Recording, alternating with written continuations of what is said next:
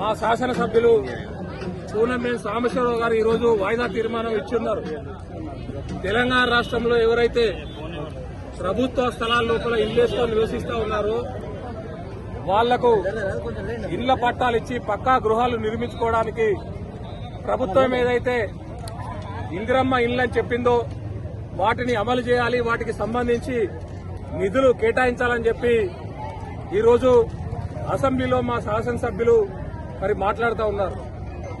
ఈ సందర్భంగా వరంగల్ జిల్లాలో ఉన్నటువంటి అనేక ప్రాంతాల్లో ముఖ్యంగా హన్మకొండ జిల్లాలో ఉన్నటువంటి అనేక ప్రాంతాల్లో గత 10 సంవత్సరాల నుండి మరి నిరుపేదలు ఇళ్లేసుకొని ప్రభుత్వ స్థలాల్లో నివసిస్తా ఉన్నారు.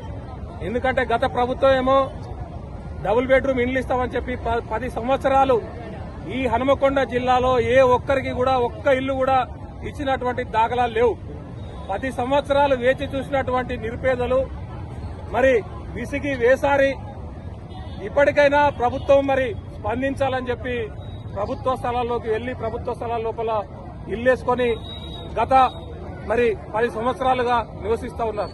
అందువల్ల ఈ సందర్భంగా మేము డిమాండ్ చేసేది ఒక్కటే, ఎవరైతే ప్రభుత్వ స్థలాల లోపల ఇల్లేసుకొని నివసిస్తా ఉన్నారో వారికి పక్కా ఇల్లు కట్టుకోవడానికి సహకారం, అదేవిధంగా పట్టాలు ఇవ్వాలి, మౌలిక సదుపాయాలు కల్పించాలి, నల్లాలు, రోడ్లు, మిగతా మౌలిక సదుపాయాలు కల్పించాలి. దానికి సంబంధించి ఇప్పుడు నడుస్తున్నటువంటి అసెంబ్లీలో ముఖ్యమంత్రి గారు ప్రకటన చేయాలని చెప్పి డిమాండ్ చేస్తూ ఈరోజు ఇక్కడ మేము ధర్నా చేస్తా ఉన్నాం. లేని పక్షం లోపల తెలంగాణ రాష్ట్రంలో అనేక జిల్లాల లోపల నిరుపేదలు ఎక్కడైతే పోరాటం చేస్తా ఉన్నారో వాళ్ళందరి ప్రభుత్వం మీద తిరగబడాల్సినటువంటి రోజులు వస్తాయి. తస్మాత్ జాగ్రత్త. గత ప్రభుత్వానికి ఏ గతి పట్టిందో ఈ ప్రభుత్వానికి అదే గతి పడుతుంది. అందువల్ల మీరు ఇప్పటికైనా కూడా గమనించి మీరేదైతే ఎన్నికల సందర్భంగా మాట ఇచ్చారో పక్కా ఇండ్లు కట్టేయడంతో పాటు మరి మౌలిక సదుపాయాలు కల్పించేటువంటి అంశాల మీద మీరేదైతే ఎన్నికల సందర్భంగా ఇచ్చినటువంటి మాటను నిలబెట్టుకోవాలని చెప్పి మేము విజ్ఞప్తి చేస్తా ఉన్నాం.